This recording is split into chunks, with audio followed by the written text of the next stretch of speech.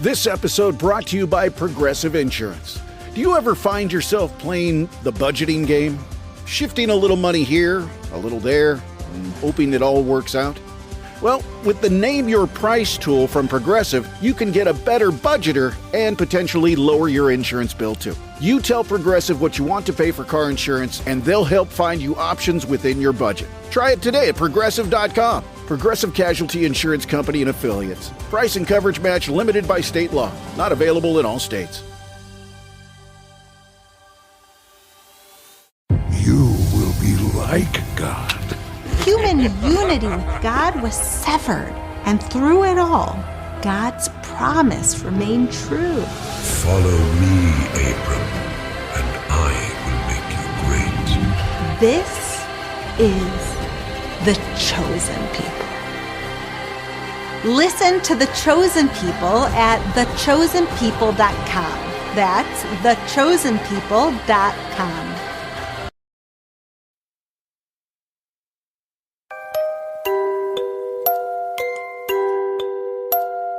Jim Jones, the leader of an American religious cult. Jim Jones led over 900 of his followers into the mass suicide. One of the biggest mass suicides in recorded history. I always understood what happened. At some point, it did, on some level, become collective madness.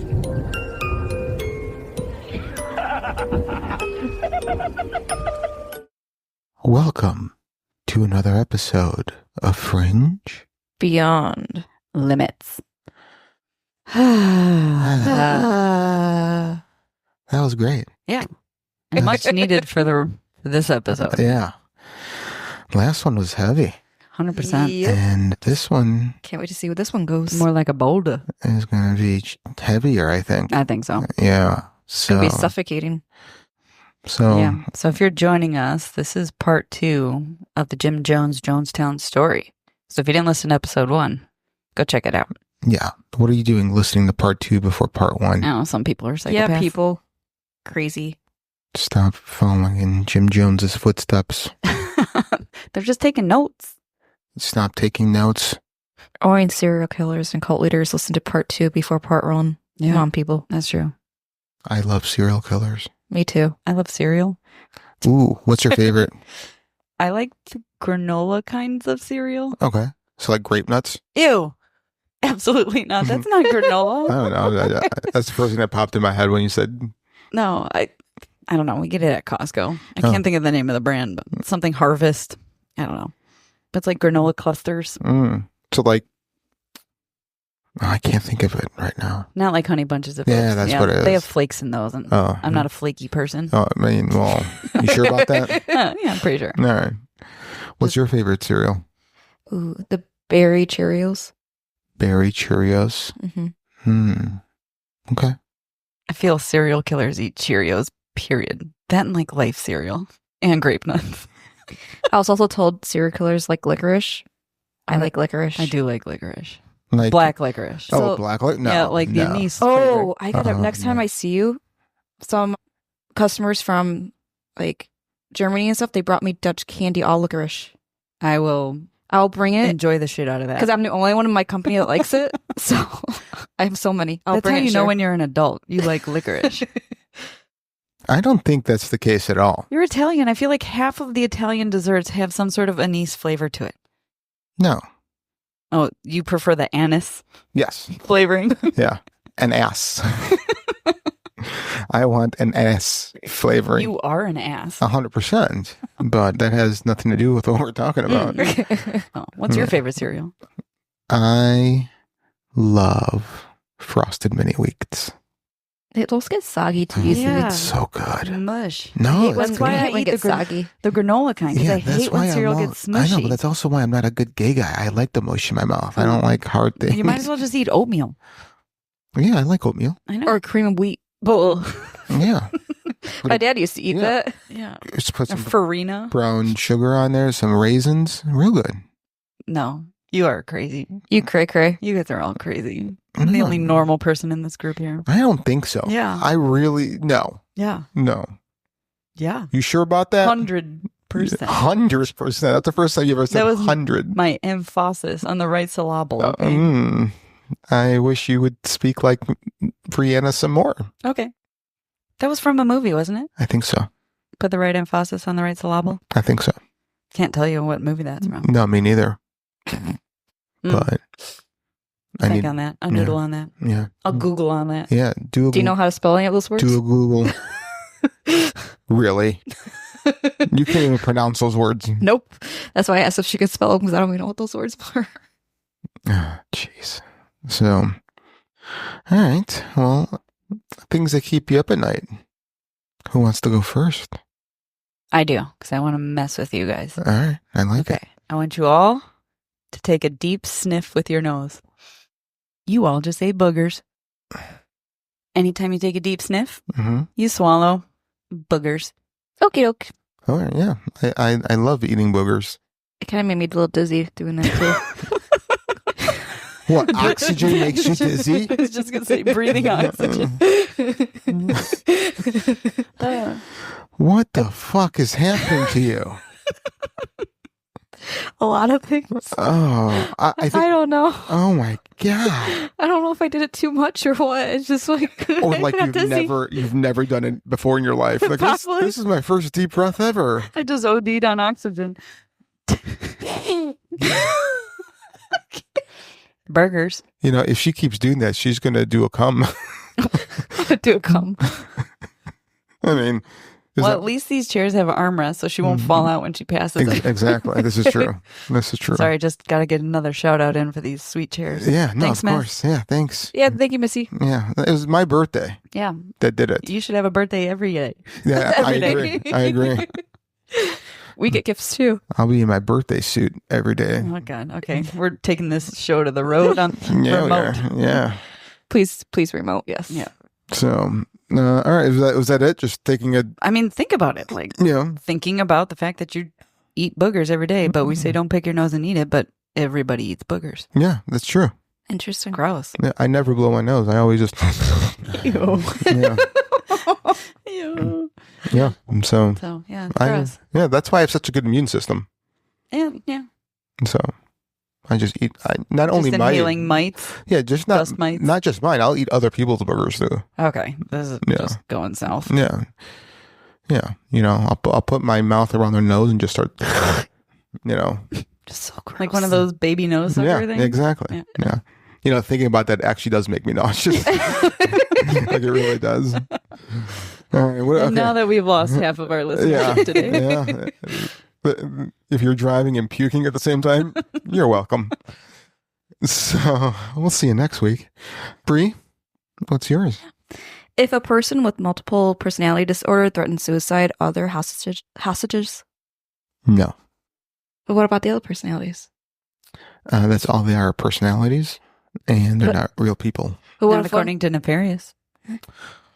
Dun, dun, dun, dun. She got you. No, no, because that's in a different world and universe altogether. That's the nefarious universe. We're in our universe. But how do you know So whatever it's not personality is the real personality of that person that's actually doing it? So what if it's another personality and it's holding the other hostages? I don't. But perception is reality. So whichever personality I'm perceiving is the reality. So which personality do you put on like safety watch? I have a question. Which personality am I talking to between the two of you? For me to know and you never to find out. That's true. I was thinking of something funny to say, but I didn't want to blow out the speakers. Yeah, keep thinking. Cricket. Whatever. Okay. Is that all you guys got? I mean, that's all I got. All right. Well, that's fantastic. Tell me about yours, booger eater. Yeah. I've always wondered, especially with all the weird shit that's been going on for the past decade, I'd say, are we living in a Truman Show? Oh, yeah. And all just the crazy shit, the writers are just bored. And right. Like when a series is like run its course. Yeah. And it's like, just throwing shit at the wall to see what sticks. Yeah. Yeah, it really feels like that. Right?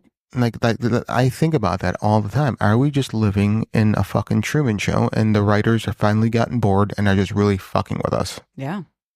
Which is AKA the Matrix. I guess you can also, use that. But like the Matrix just means we're in a simulation. I'm just saying we're in a fucking TV show that aliens are watching. Yeah. I believe it. Yeah. I've actually had conversations with other friends who maybe might be reluctant to ask that of people, but yeah, I agree with them. I agree with you. Yeah. Yeah. I just want to know where the cameras are. Yeah, me too. Because I would like to not show my moon the camera. No, I don't. I just don't. I'm very shy when it comes to nudity, and I would like not to be nude on someone's TV. I really hope they. So, like, they how blur many me out. different channels would there be? Is there one per person? Probably. Or is everyone else just like a non-player character? That could be true too. Or actor or something. Or it's just the blown up version of the Hunger Games. Oh yeah, for sure. Right? I mean, like, well, I feel like all these movies like, have an edge of truth to them. Yeah, I mean, like, because all we're doing is just trying to survive, right? I mean, that's what against other people. Yeah, and everyone has some skill or another.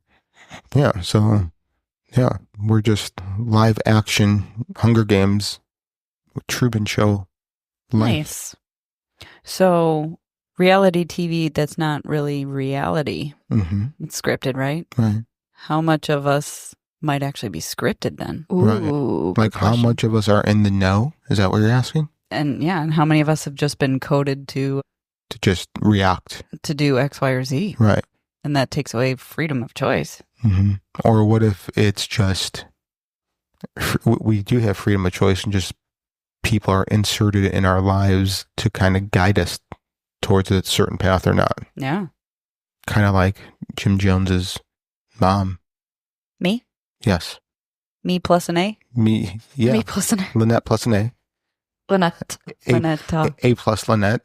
Yeah. Yeah. That's my blood type. Is it? Yeah. You're an A positive? Yeah. My mom told me it's the only A plus I'd ever see in my entire life. Yeah. Wow. Well, I'm surprised you're not a cult leader. Yeah. Yeah. My sister's B positive, and my mom said that's also a sign that she needs to be more positive. It's like dad jokes on a whole nother level. What does it mean that I'm O negative? I can't riff over that. So you should ask your mom and I'm get the that universal donor. Yeah. That's for sure. But you're not a universal recipient. Yes. No, I'm not. Yeah. No. Yeah. I am. You give to everybody, but you can't. You only can have O for you. You can't. Okay.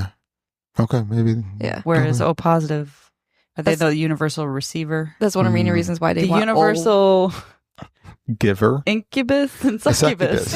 I'm the what? The universal incubus. Yeah. Yeah. Yeah.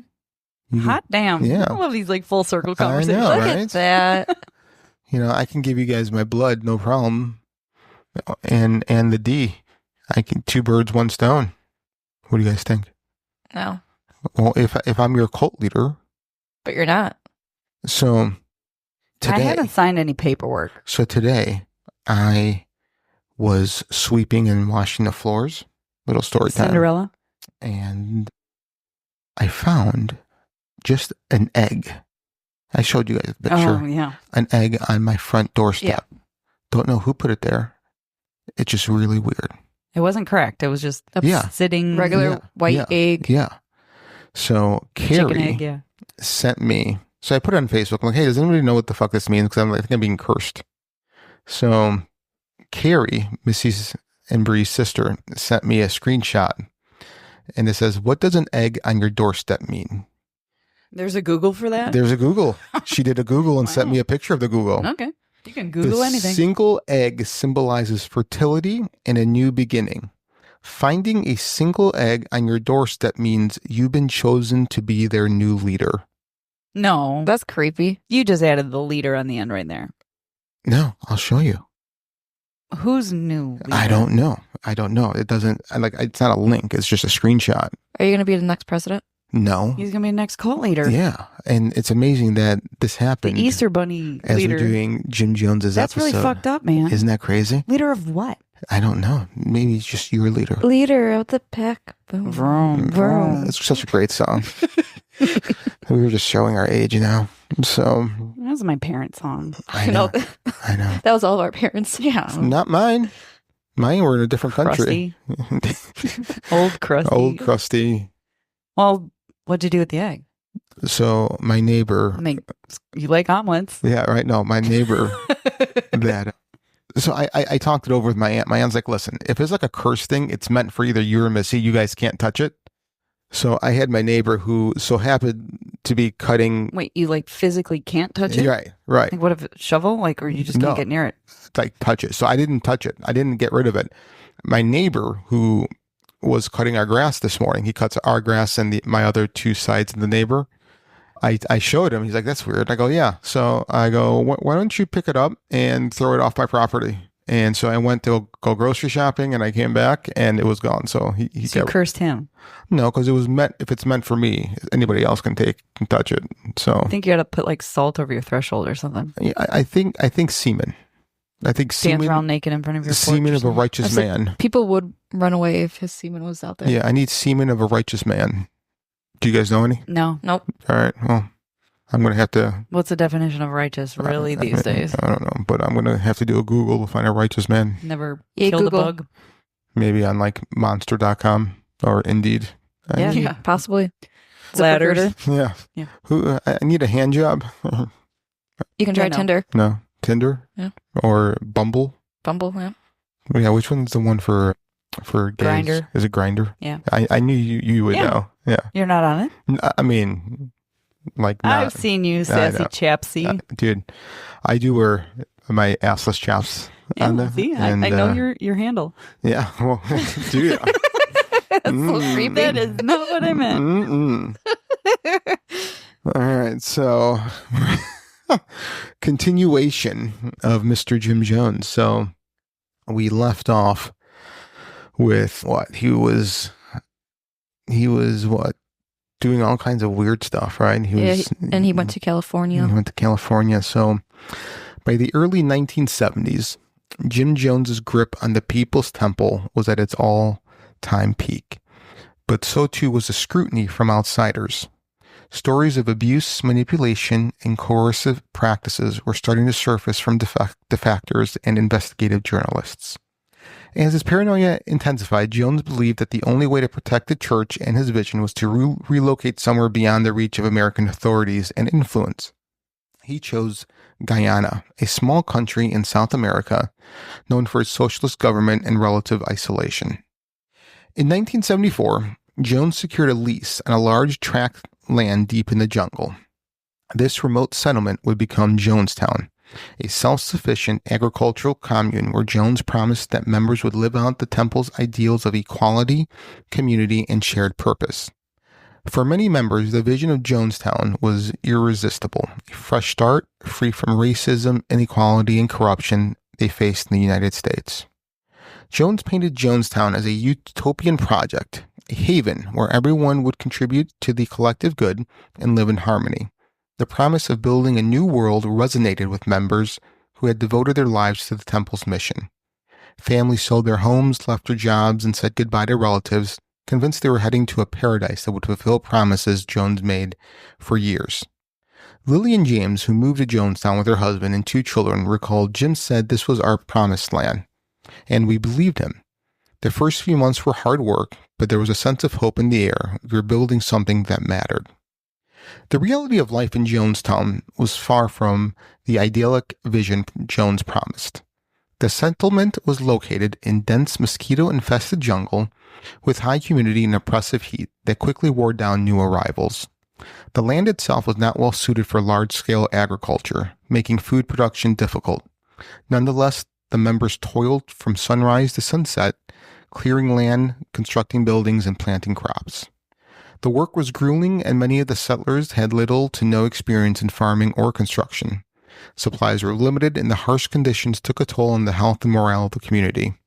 Yet James framed these challenges as tests of their faith and commitment. He positioned himself as the unwavering leader who could guide them through the difficulties, reinforcing his indispensability to the mission. First-hand account of daily life. We woke up at dawn to the sound of Jim's voice over the loudspeakers telling us to rise and work for the good of our brothers and sisters, said survivor Tom Bogue. The days were long and the heat was unbearable, but we told ourselves this was the price of freedom. The living conditions were Spartan. Families were often crammed into small wooden huts with few amenities. Basic needs like fresh water and medical supplies were scarce. Despite these challenges, Jones maintained that they were better off than they would be in the United States, where he claimed they would face persecution and betrayal. This narrative was crucial in maintaining the loyalty of his followers, who began to see the hardships as necessary sacrifices for the good.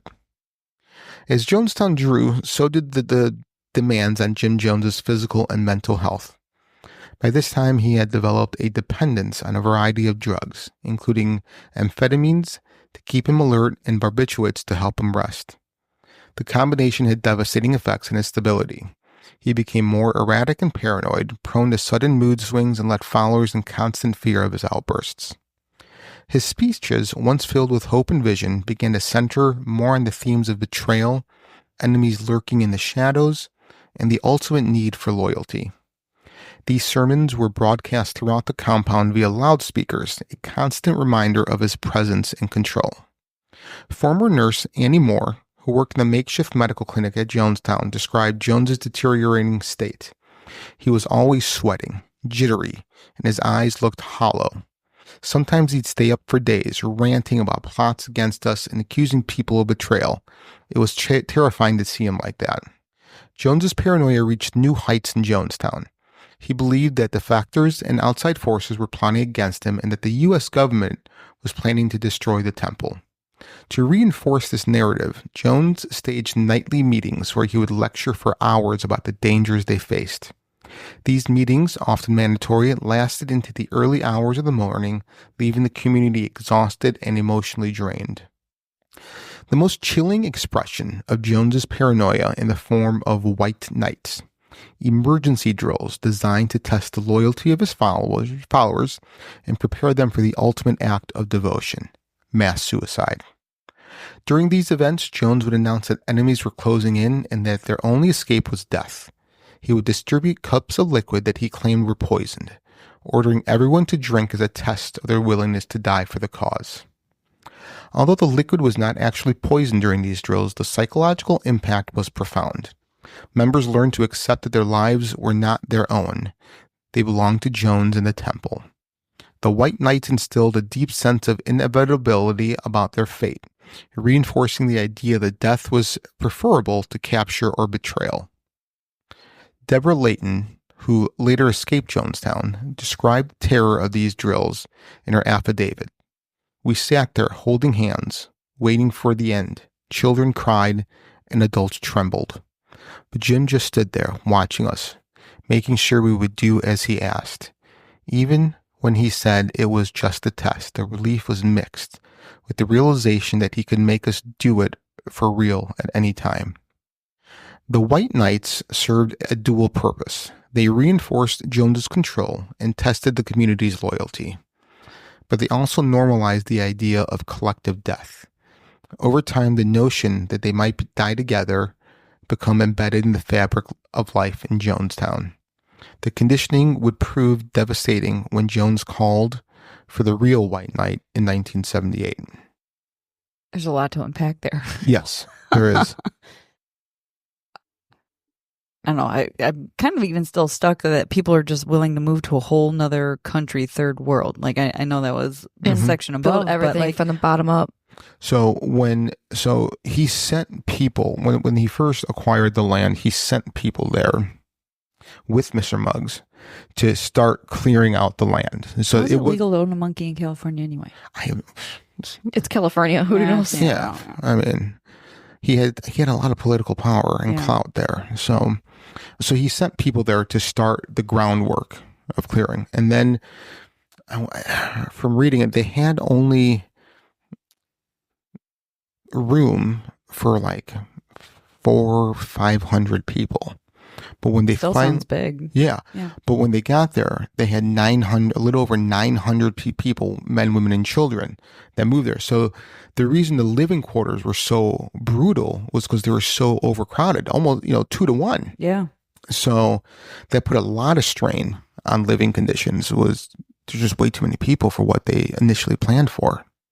I'm just shocked that many people came over. Like, how many of those people didn't even have a passport? How did they even get over? Oh, no, they had passports. All 900? Yeah.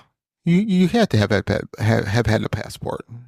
Yeah, that's the only way to get out of the country. Well, yeah, I know, but yeah, this is crazy that... Yeah, well, agreed. Coincidentally, 900 people had passports. Mm-hmm. Yeah. A lot of people have passports. Not everyone. I said a lot. I didn't say everyone. That's why the mind's like, it baffles me because it's like 900. At least some of those people shouldn't have it. But well, they probably planned and got it for the trip. It's not like, like, all right, who has passports? Let's go. They probably, went through all the steps of getting it. So one of Jones's most effective strategies for maintaining power was the isolation of Jonestown itself. The compound was surrounded by dense jungle, and the nearest town was miles away, making escape difficult. Armed guards, loyal to Jones and often selected from among the most fervent members, patrolled the perimeter. These guards were known as the Red Brigade and were tasked with preventing defections and enforcing Jones's rules. Communication with the outside world was heavily controlled. Letters sent by members were often edited or censored, ensuring that no negative information leaked out. Jones frequently intercepted mail and dictated what could be sent. In return, he read letters aloud during meetings to reinforce the idea that family members who expressed concern were trying to sabotage their mission. We were told that our families had been brainwashed by American propaganda and that they didn't understand what we were doing, said survivor Vernon Gosney. It created a sense of us versus them, and even if you doubted, you didn't dare show it. Spies were everywhere. Members who stepped out of line faced severe consequences. Punishments included being placed in the punishment box, a small dark enclosure where individuals would be left for hours or even days. Other punishments included forced labor and public humiliation, often during the daily meetings where Jones would expose their crimes and berate them in front of the community. The threat of these punishments kept most people compliant and fearful of crossing Jones. In one notable instance, a young man named David was caught trying to sneak food from the communal kitchen. Rather than handling the situation quietly, Jones made him stand before the entire assembly and confess his crime.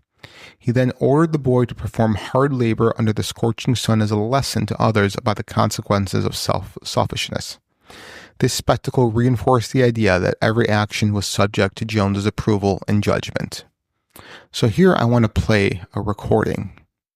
So during this is one of his meetings, and there are people from the congregation getting up and saying what they would do to their family members if their family members were there, because, they got brainwashed into thinking that they were trying to, impose them and talking shit about them. So it was an us versus them mentality, like we said. So this is just one of the recordings, and you can hear Jones just laughing like a fucking lunatic. And it's so creepy. So let me start that. Yeah, but we're not sure about that shooting the airplane. That I feel that since my brother and sister, so-called brother and sister, put you through all this trouble, I feel that you should let my brother stay in jail, let him rot. I feel that you shouldn't save my sister from being stabbed and bleeding to death. I feel that my sister should have, when the pigs came and finna take her to jail, it was you that she called on. And even though she called on you and she putting you through all this trouble right now, I feel that the bitch should be got and shot someone. I don't care. I feel that the bitch should be got. Both of them should be got and dragged by a car. That's a new idea. I feel no one had so much down in me here. I mean, you ought to have it. I got it's time some of us got to feeling it. How much shit can you take and try to reason with people and reason and show mercy with them and even offer to bring them and entertain them and they still do crap? I'd like to kill my so-called brother and Phil Aarons for the crap that both of them have caused over these years since they've left. Mm-hmm. Thank you. Your dad was up on the steps. Dad, I'd personally like to grab my father and string him up by his nuts and have a hot poker, sticking it in some coals and sticking it up his ass and burning the hell out of him for doing the things he's doing, because he knows that you saved my sister's life and he knows all the good things you did for us both. And he knew that we wanted to come over here and live peacefully, and this is why he's causing all this hell. And I'd like to personally do those things to him just to get him to realize that he's...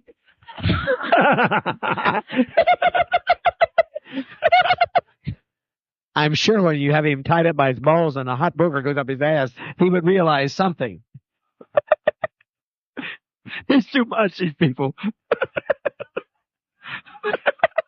Just to get him to realize that he's trying to ruin our freedom and trying to take away my daughter's freedom. And I like to say she's dead. Thank you. If you realize something, I'd say.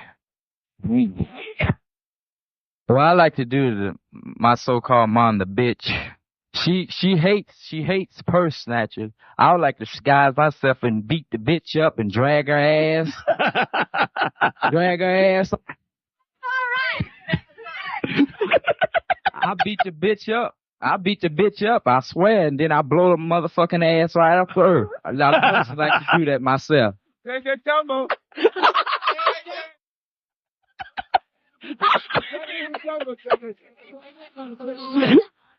We told him when she started shit, we were trying to make, be nice and win people. We said, write a nice letter. The fucking letter. It was a goddamnest letter.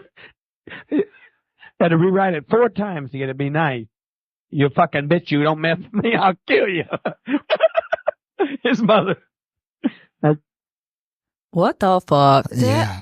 That laugh? Yeah. And like the situations that these people come up with, and he just like laughs at it. Mm-hmm. Well, it almost sounded like they were trying to impress him. Like, I'm going to one-up him. Like, one-up him, and I'm going to... Every story was worse and worse and worse. Yeah. For what they want to do to whoever it is that they're related to. Their family member. Like, what the heck? Yeah. I mean, mother, father, sister, brother. Yeah. Like, your closest family members. Yeah, and like, he's just like enjoying that they're saying this. Mm-hmm. Because he knows that he's gotten them under his spell. Mm-hmm. Yeah, that laugh almost sounds like, look what I, like he's proud. Yeah. Like, look what I created. Yeah. I own them. Yeah. I mean, it's like they think they're brainwashed, but they're actually, I brainwashed them. Listen, listening to some of those recordings, I mean, there's hours, thousands of hours. Thousands of hours, yeah. It was unbelievable. So, yeah. You think he was high? Oh, yeah. Had to be like, something. I mean, he was, with all the cackle just felt like he was on some sort of, like you said, amphetamine or something. I mean, it was a mixture of drugs and him just losing his fucking mind. I mean, his mind was gone by that point. So, all right. So even in Jonestown, Mr. Muggs, Jones' pet chimpanzee, remained a prominent figure. Mr. Muggs. Mr. Muggs. Jones would bring Mr. Muggs to meetings where the chimp would sit by his side as if serving as an extension of Jones's authority to the members of the temple. Mr. Muggs represented innocence and loyalty, qualities that Jones praised in his followers. However, the presence of the chimp also served as a subtle reminder of Jones's dominion over all living things within Jonestown. Mr. Muggs' presence reinforced the perception that Jones was more than a leader. He was a figure who could command even the natural world. The subtle reinforcement of power played into the mystique Jones cultivated around himself, further solidifying the almost godlike control he had over his followers. Janice Martin, who worked in the communal kitchen, remembered when Jim would talk about loyalty, he'd pet Mr. Muggs and say, "Even animals understand devotion. Do you? It made you feel ashamed if you were ever doubted. If a chimp could be loyal, why couldn't you?" As life in Jonestown continued, the initial sense of purpose began to erode under the weight of exhaustion, isolation, and fear. Food shortages became severe, leading to malnutrition among residents. The long working hours and harsh living conditions weakened both body and spirit, yet few dared to voice their concerns, as doing so would result in swift retribution. For Jones, every problem became evidence of external enemies trying to undermine their paradise. His paranoia became so extreme that he spoke frequently of mass suicide as a form of revolutionary defiance. As conditions worsened, some members attempted to escape or expressed their desire to leave. These individuals were labeled traitors, and their actions were useful to fuel Jones' rhetoric about loyalty and betrayal. The threat of defection terrified Jones, who believed that even a single person leaving could spark the downfall of the entire community. One night, we heard that someone had tried to flee into the jungle, recalled Tim Carter, a former Temple member. The next morning, Jim gathered everyone and talked about what happened, warning that traitors would be dealt with severely. It was clear that trying to leave wasn't an option for most of us. We were trapped. As 1978 progressed, Jones' health continued to deteriorate, and his drug use became more apparent. He was often seen slumped in his chair, rambling incoherently about conspiracies and enemies. Yet even in his weakened state, his control over the community remained absolute. He instructed members to practice mass suicide drills more frequently, reinforcing that their fate was inextricably linked to his. The outside world was not entirely unaware of what was happening in Jonestown. Families of Temple members, concerned by the lack of communication and the disturbing stories emerging from defectors, pressured the U.S. government to take action. This pressure culminated in a visit from Congressman Leo Ryan in November 1978, who decided to see Jonestown for himself. His arrival set the stage for the tragic climax of Jones's decades-long pursuit of power. Jones knew that Ryan's visit was a potential threat to his control. He ordered the community to present Jonestown as a happy, thriving settlement. Members were coached on what to say, and anyone deemed a potential liability was kept out of sight. The visit initially appeared successful, with members putting on a convincing show of contentment. However, it wasn't long before some individuals passed notes to Ryan's delegation, begging for help to escape. The facade cracked and the atmosphere grew tense. Jones's paranoia surged, setting the stage for what would become one of the most devastating events in modern history. This is crazy. Yeah. I still love Mr. Muggs. Mr. Muggs, he's the hero of the story. He is. By 1978, the aura of hope that had drawn so many to Jonestown had all but evaporated. The daily reality for the nearly 1,000 residents was grueling. Food shortages, disease, backbreaking labor, and a pervasive atmosphere of fear. Jim Jones's health had deteriorated drastically. His dependency on drugs rendered him gaunt and erratic, his speeches increasingly filled with paranoia and warnings of impending betrayal. He often slurred his words or repeated himself, but even in this diminished state, his hold over the people remained ironclad. The combination of exhaustion, isolation, and relentless conditioning left members too afraid or disoriented to resist. Back in the United States, families of Jonestown residents had grown deeply concerned. Letters were infrequent and often heavily censored, filled with robotic reassurances of happiness that did not match the tone of personal correspondence they once knew. Defectors who managed to return to the U.S. shared stories that painted a chilling picture of life in the jungle. Public humiliations, harsh punishments, and Jones' threats of mass suicide. If the temple faced serious external threat, these revelations sparked media coverage and pressured the U.S. government to take action. We knew something was wrong when the letters became so generic, said Lynn Jacobs, whose sister was in Jonestown. Everything was about how happy and safe she was, but it didn't sound like her at all. It was like someone had told her what to write. Like, can you imagine what these family members not in Jonestown with their loved one, like? Yeah. I would go ballistic not knowing exactly what's going on. Like, you know what, like that lady was saying, the letters were so generic. You know that there's something going on if it's that generic. Like, you know your family member.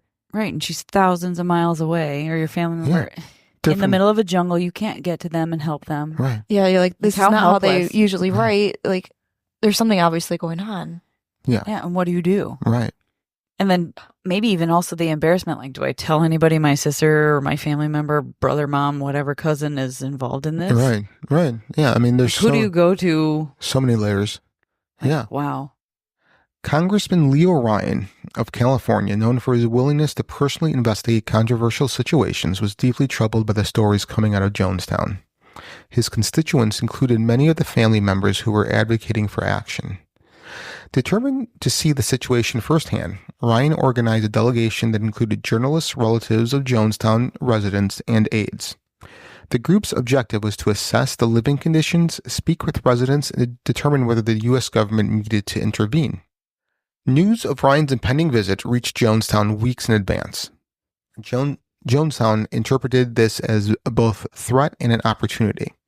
He saw Ryan's arrival as the culmination of the conspiracies he had been warned about for years, proof that the U.S. government and outside forces sought to dismantle his utopian dream.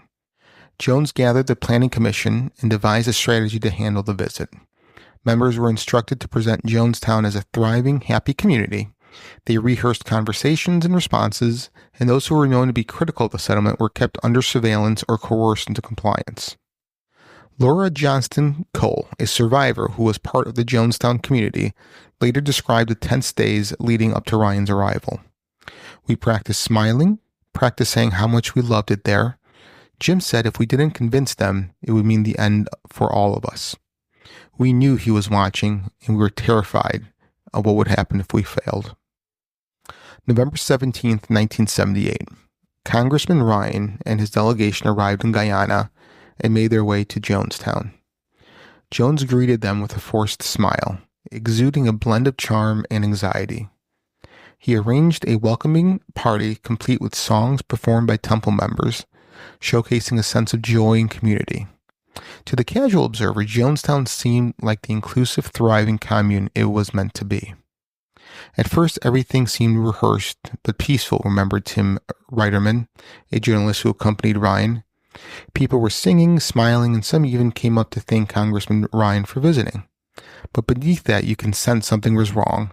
The smiles were too tight, the laughter was too forced. Despite Jones's careful orchestration, it didn't take long for the facade to crumble. During their stay, members of the delegation received secret notes slipped to them by residents desperate to leave. One note was handed to NBC correspondent Don Harris, reading simply, "Please help us get out of Jonestown." The delegation began to realize that the outward displays of happiness masked a deep fear. Jones became aware of these notes and the anxiety among his followers. The warm facade he had maintained began to give way to visible agitation. The more residents expressed a desire to leave, the more he saw betrayal and the vindication of his worst fears. He summoned a meeting with his inner circle late at night, speaking feverishly about traitors and the end of their movement. Members of the Planning Commission nodded in agreement, but fear lined their faces. "We could feel the energy shift," said former Temple member Stephen Jones. Jim's son, who was not present during the final days, but heard accounts from others. People started whispering, and Jim's voice over the loudspeaker was more frantic, talking about loyalty, betrayal, and revolutionary suicide. So let me stop there. What the fuck does revolutionary suicide mean? Like what is the end goal? Like, what are you trying to change? Yeah. Right. Like, what's the point of... Like, you're blaming... Like, you're trying to start a movement by killing yourself, right? Essentially. You're revolting by killing yourself. Yeah. That makes no sense. It doesn't make any sense. I agree. Yeah, because like, who's going to continue on after with your revolutionary... You're a ghost? I don't know. What are you trying to prove? I mean... I just don't get it. No, it makes zero sense. So, on November 18th, as Ryan and his delegation prepared to depart, about 15 residents approached him, asking to leave with the group. This move shattered any remaining illusion of unanimous loyalty.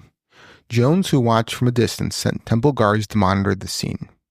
His face was a mask of controlled fury as he realized that people he considered devout followers were turning against him. Ryan assured Jones that those who wished to leave could do so voluntarily, but Jones's behavior shifted from hospitality to barely concealed hostility. "If they want to leave, let them leave," he said, in a tone that seemed more like a threat than permission. The departing group, including Congressman Ryan, journalists, and defectors, made their way to the airstrip at Port Kaituma, several miles from Jonestown. The air was thick with tension as they waited for their planes. Suddenly, a tractor with a trailer carrying armed temple guards approached. Without warning, the guards opened fire on the group.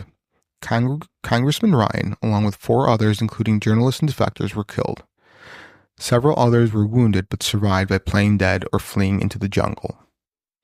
Jackie Spear, then Ryan's aide, and a survivor of the attack, later recounted, "We saw the tractor coming, but we didn't know what was about to happen until they started shooting.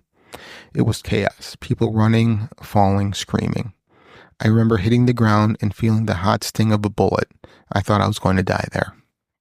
It's crazy to think, being in this congressman's spot, like you go in there just to kind of observe the area, not knowing that you're going to rescue these people and then getting shot and killed in the process. Right. Like you didn't even think this was going to be a rescue mission. You were just going there, and then it ends up being one, and Yeah. I mean, the decision to do this, I don't understand. I mean, I get it. He was fucking nuts, right?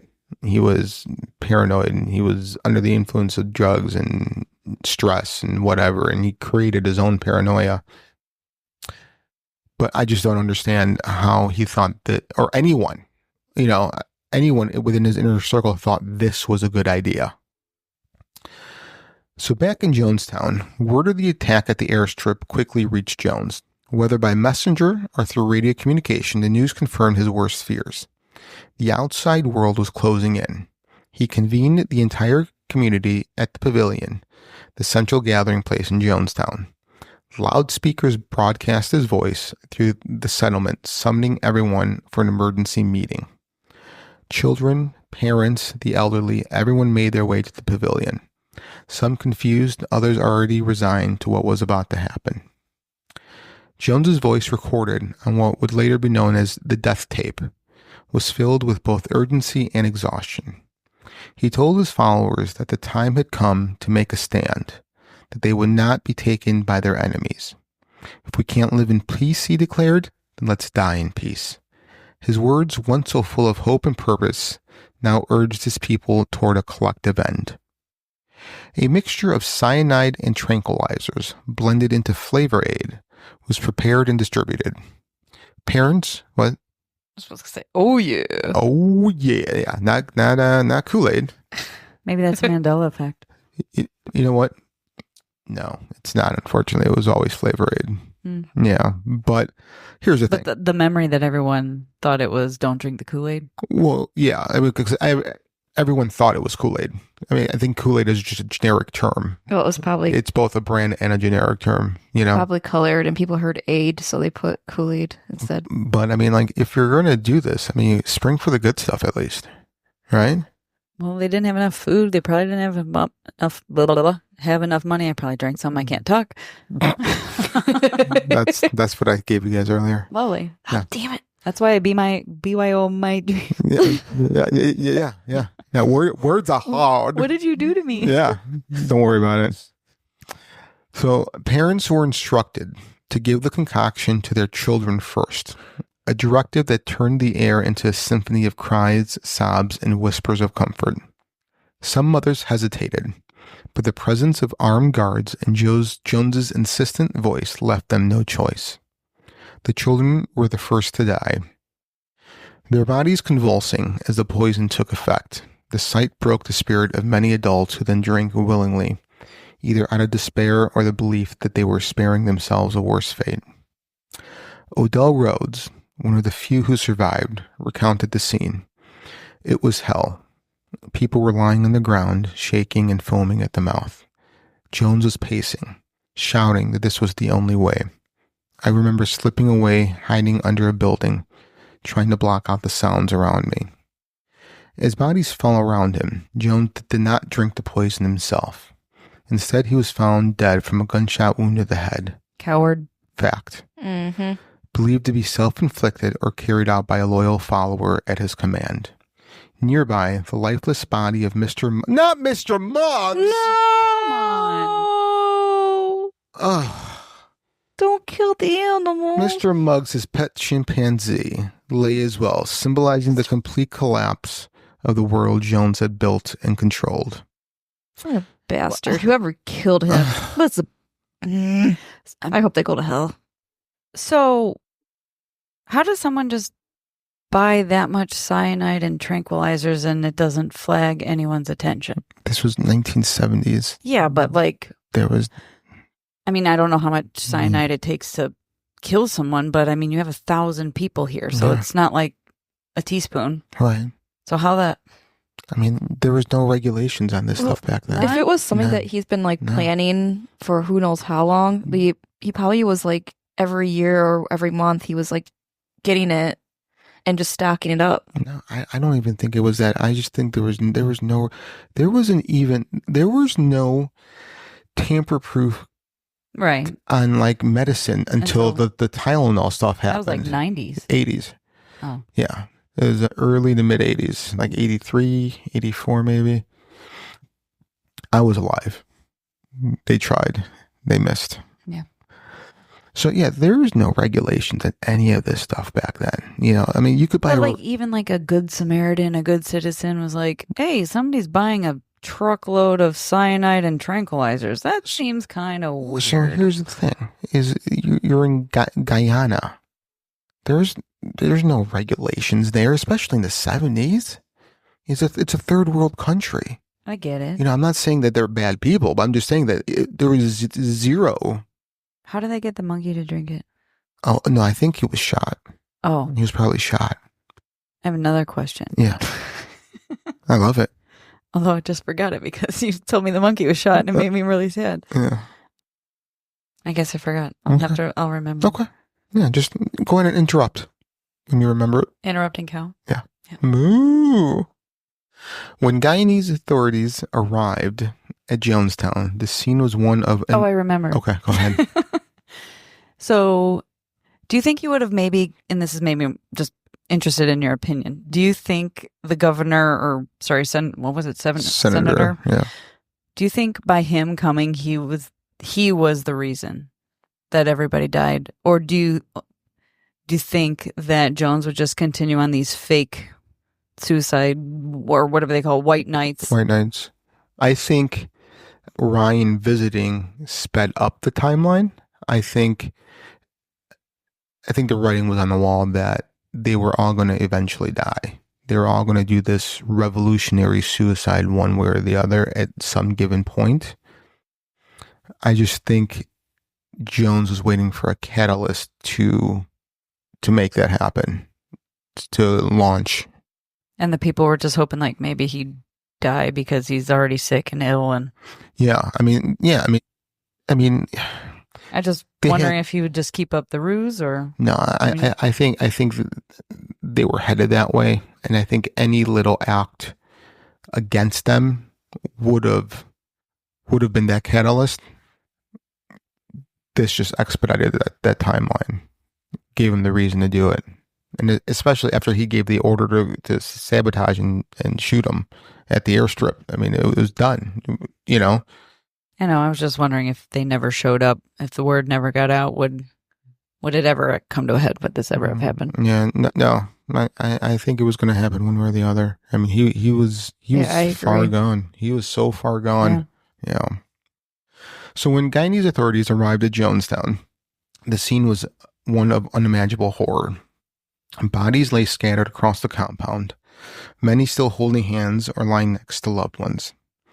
The death toll reached 918, including more than 300 children. The images and stories that emerged from Jonestown would become etched in the collective memory of the world, a devastating reminder of the power of manipulation and the extremes of blind loyalty. A Guyanese official on the scene later described the sight.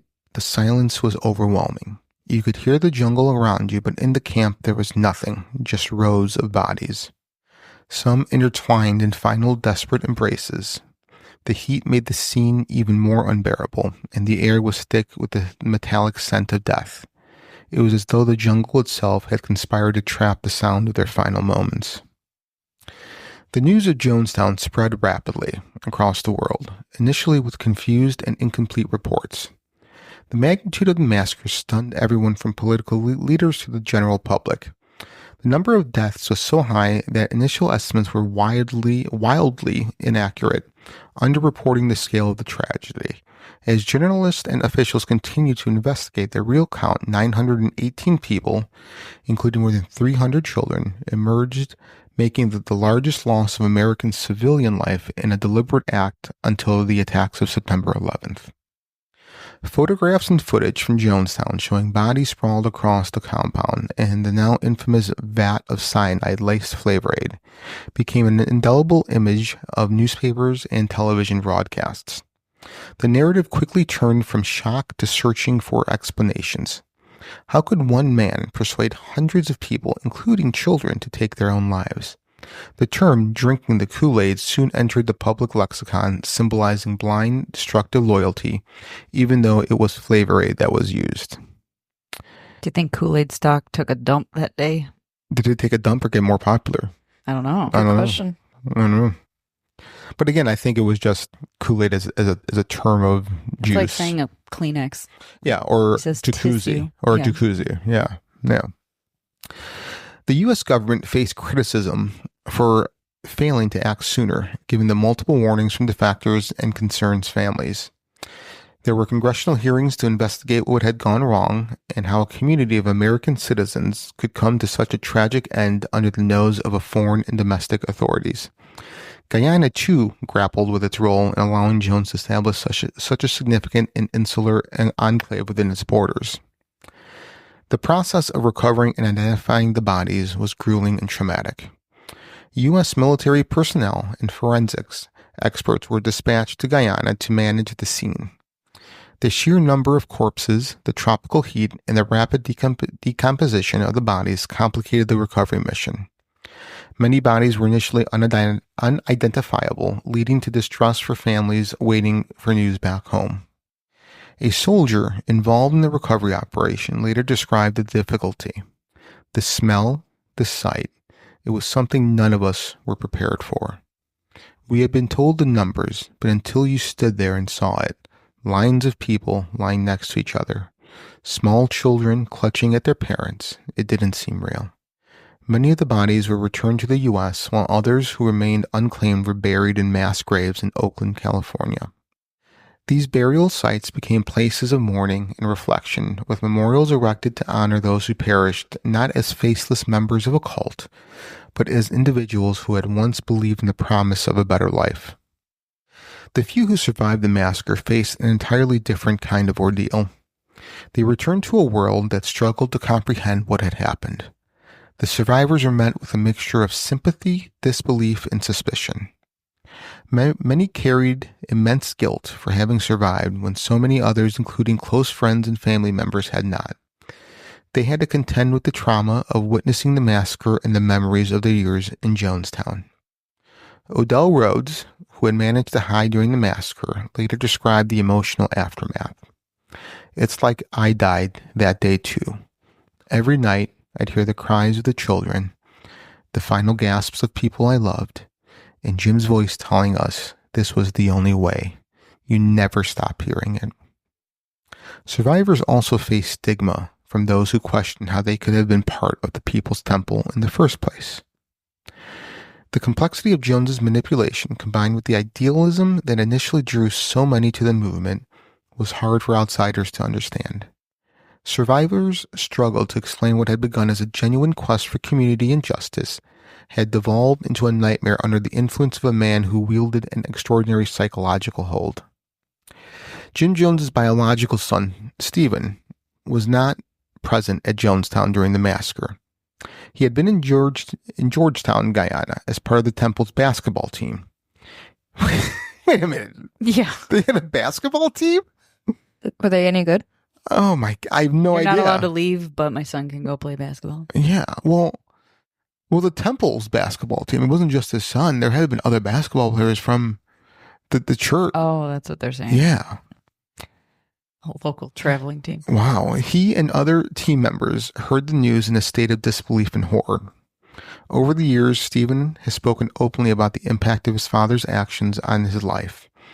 Unlike many survivors who chose silence, Stephen has tried to use the story to illuminate how belief and manipulation intersected in Jonestown. My father was a man with a vision. that started in compassion but became corrupted by his hunger for control. He lost himself, and in doing so, he took hundreds of innocent people with him. I'll spend my life trying to make sense of how someone who can inspire hope also became capable of such horror. Stephen has emphasized that Jonestown should be remembered not just as a place of death, but as a cautionary tale about the dangers of unchallenged authority, the power of collective belief, and the human vulnerability to manipulation. The psychological profile of Jim Jones became a topic of intense study in the years following the massacre. Experts have since suggested that he exhibited traits consistent with narcissistic personality disorder, compounded by paranoia and delusions of grandeur, exacerbated by drug abuse. Jones's upbringing, marked by poverty and the intense influence of his mother, likely contributed to his complex character. His early fascination with control and power, seen in childhood acts and early ministry tactics, evolved over the years to something darker and more destructive. Scholars point to Jones's exceptional charisma as a key factor to his ability to amass followers and maintain loyalty. He knew how to appeal to people's deepest desires for belonging, justice, and purpose. His oratory skills and strategic acts of kindness created a persona that was difficult to question. Once members were drawn into the circle, he used fear, guilt, and isolation to prevent dissent and ensure loyalty. Dr. Margaret Singer, a leading psychologist in the study of cults, noted Jim Jones's ability to manipulate was unparalleled. He used techniques that combined psychological reinforcement with emotional exhaustion to create an environment where questioning him felt impossible. People didn't just follow him, they needed him, even as they were terrified of him. The legacy of Jonestown is multifaceted and deeply ingrained in the study of religious movements, social psychology, and the dangers of unchecked power. The tragedy prompted a re-examination of how religious movements are monitored and the balance between religious freedom and public safety. It also brought attention to the tactics used by charismatic leaders to manipulate and control their followers.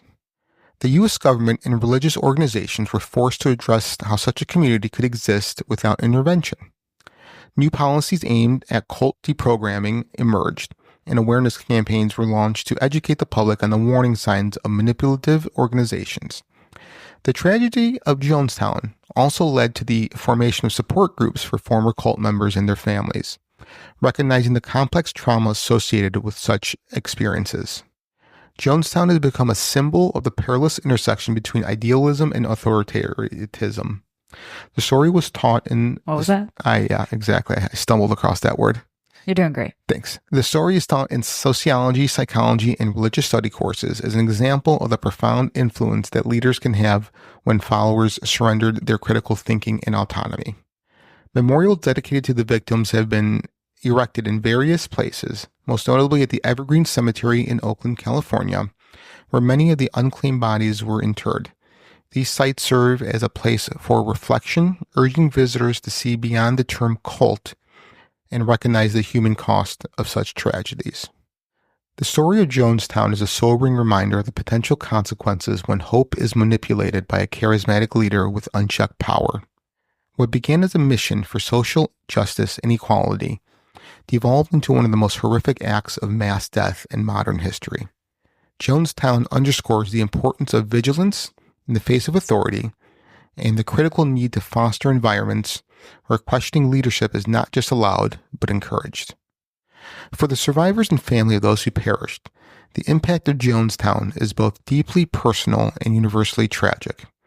The lesson it imparts continue to resonate, warning against the seduction of certainty and the dangerous allure of belonging when it comes to the cost of reason and freedom. The legacy of Jonestown lives on as a testament to the power of belief, the vulnerability of the human spirit, and the need for awareness in recognizing manipulation and authoritarian control before it escalates beyond redemption. Well, oof. Yeah. What was that? I don't know what to say about it. It's just... What are you guys feeling right now? I'm pissed off about the kids, about Mr. Muggs. Mm-hmm. I Googled about Mr. Muggs. He was shot 3 times. He was shot 3 times? He was shot 3 times first before Jim Jones was shot, apparently. Yeah, I bet you Jim probably killed him because it was his pet, Or whoever killed Jim also killed him. No, I don't think Jim would have allowed that to happen. I don't know. But I don't know. It's just, you know, it just saddens me that like it was forced down the kids' throats, and the kids don't even know what the heck is going on. And just picturing them crying, it tortures my mind. This is going to be something that's going to keep me up at night thinking about it. Yeah, you know, whenever I watch a movie or I hear like a story, I always put myself as close to the scenario as possible or in it. And I can't even imagine how horrible it would be. But in thinking about people who do unalive themselves, it's not, from my understanding, it's not that they want to die. It's they want the pain to stop. And they've finally reached a point to where they think this is the only solution for that pain to stop. All the pain and stress that those people probably went through living under those conditions is probably what pushed them ultimately to save their kids, they thought, and then finally saving themselves.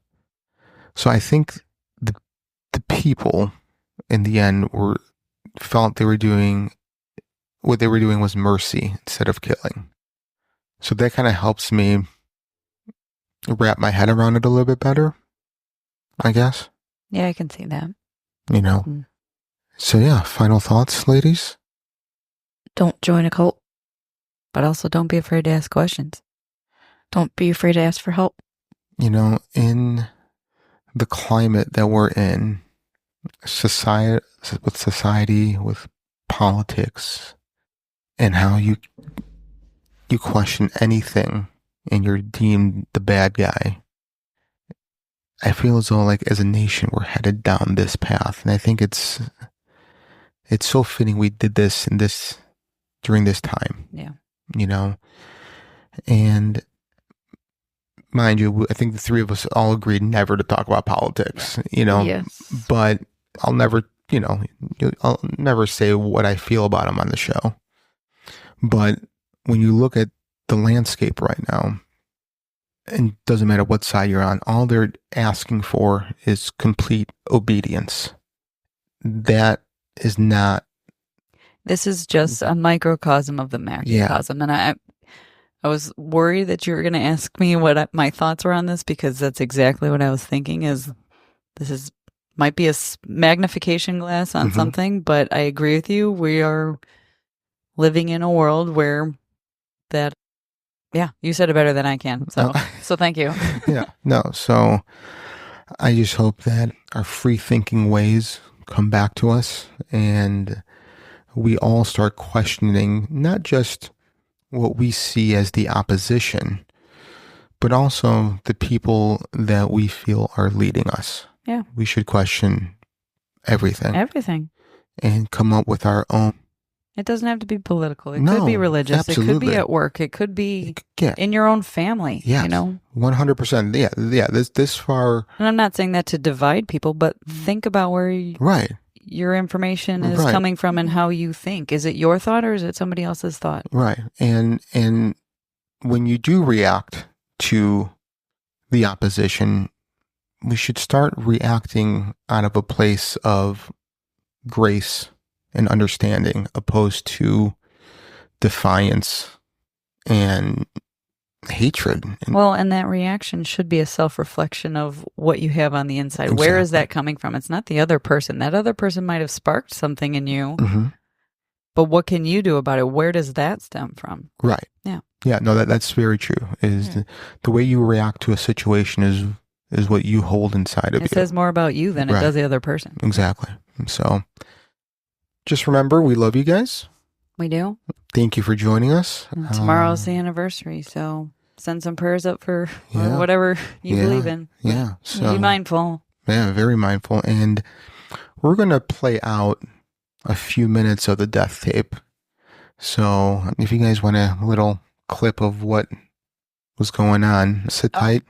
Should we maybe share the link where you can, if you want to listen to more of or any of, he documented and recorded thousands of hours of audio. We can share that on the site, or we can shout it out here. Yeah, we could do both. So I think it was San Diego State University compiled all the recordings that the FBI recovered. There's stuff from sermons from Indianapolis from the early days to California, all the way to Guyana, all the craziness.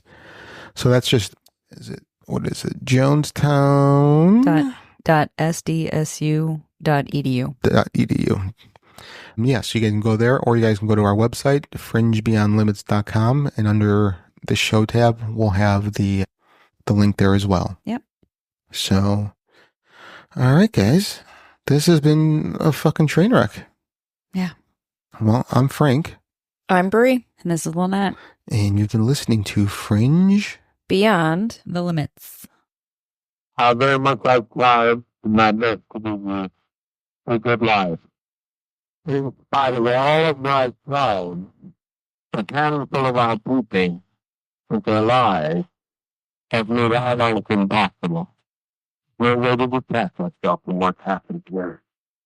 Not only are we in a compound of schools, not only are there those who have left the canoe to the prayer of the country, some are stolen bullets from others and to speak right now to kill them because they killed their children. And we're sitting there waiting on a battlefield. I don't think this is what we want to do with our baby. I don't think that's what we have in mind to do with our baby. But instead, by the greatest prophet and down in the wall, a man lays with my life through, I lay my head down. So, to sit here and wait for the catastrophe that's going to happen on an airplane, it's going to be a catastrophe. Almost happened here. Almost happened. The congressman is going to kill here. But you can't see people's children. You can't take out the people's children without expecting a violent reaction. And that's not unfamiliar to us either. So, we're going to be Judeo-Christian, everyone. Communist. The world of England suffers violence from the violence that they would have forced. If we can't live in peace, then let's die in peace.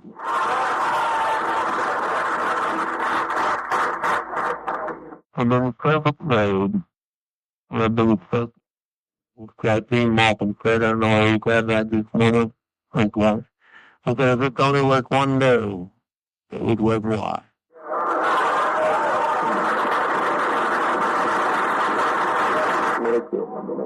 What's going to happen here in a matter of a few minutes is that one of the people on that plane is going to shoot the pilot. I know that. I didn't plan it, but I know it's going to happen. They're going to shoot that pilot, and down comes that plane into the jungle. And then I better not have any left over in that 24 Cocoa Press within there. And it's very much as plain as I know how to float. I've never lied to you. I never have lied to you. I know that's what's going to happen. That's what we can do. And we will do it. We'll do it. What's going to be loaded with many cycles on my brain for all this little bit of self-imagement. So it's just too much for me to put together, but I now know what he was telling me, and it'll happen. If the plane gets in the air anyway. So my opinion is that we be kind to children and be kind to seniors and take the person like we could take an infant baby and step over quietly because we are not committing suicide. It's a revolutionary act. We can't go back. We won't lose a lawyer. And now going to become more lies. If there's more congressmen, there is no way we can survive. Have any dissenting opinion? Please speak. Yes. You can have an opportunity, but if they're quivering on left, we're going to have a liquid. We're going to make a fly, and you can strike them against people. For Mervis Diamond Importers, this is Ronnie Mervis. Before you tie the knot, you should explore our Viraggio engagement and wedding rings. The styles are out of this world with mind-blowing design options. Viraggio is the only designer who allows you to personalize your ring exactly the way you want it. The sky is the limit. Each ring is crafted to the highest quality. When you pair your Viraggio ring with the unmatched beauty of a world-famous Mervis diamond, you have a ring which is truly like no other. It will be the talk of the town. Your friends will be envious. Mervis means more diamonds, better quality, and the most value. And with easy Mervis financing, you can get her dream diamond now. Don't wait. To shop our mouth-watering Mervis diamonds and the largest selection of Viraggio bridal jewelry in the tri-state area, visit us online at mervisdiamond.com or call 800-HER-LOVE. Again, that's mervisdiamond.com or 800-HER-LOVE. Mervis Diamond Importers, your official Viraggio jeweler. You will be like God. Human unity with God was severed, and through it all, God's promise remained true. Follow me, Abram, and I will make you great. This is the chosen people. Listen to the chosen people at thechosenpeople.com. That's thechosenpeople.com. Burlington Coat Factory has thousands of coats, not hundreds, thousands. Look at these low prices. I know. How do they do it? For over 50 years, Burlington has always been the place for coats, and it still is. With the brands you trust, quality you deserve, and amazing deals on everything to keep you warm. Save up to 60% off other retailers' prices every day. Wow. Why go anyplace else? I wouldn't. Burlington. Deals, brands, wow. Styles and selection vary by store. Hey everybody, I'm Trevor Sikkema, host of the PFF NFL show, here to tell you what you can find on all of our shows throughout the week. On Mondays, we have the Grade Release Show, where myself and Dalton Washman break down every single game that you just saw in the NFL. On Tuesdays, we have the Quarterback Breakdown with Seth Galina. On Wednesdays, we've got the Rookie Review with John Ledyard and the preview for the upcoming week in the NFL. So make sure you are subscribed to the PFF NFL show wherever you get your podcasts.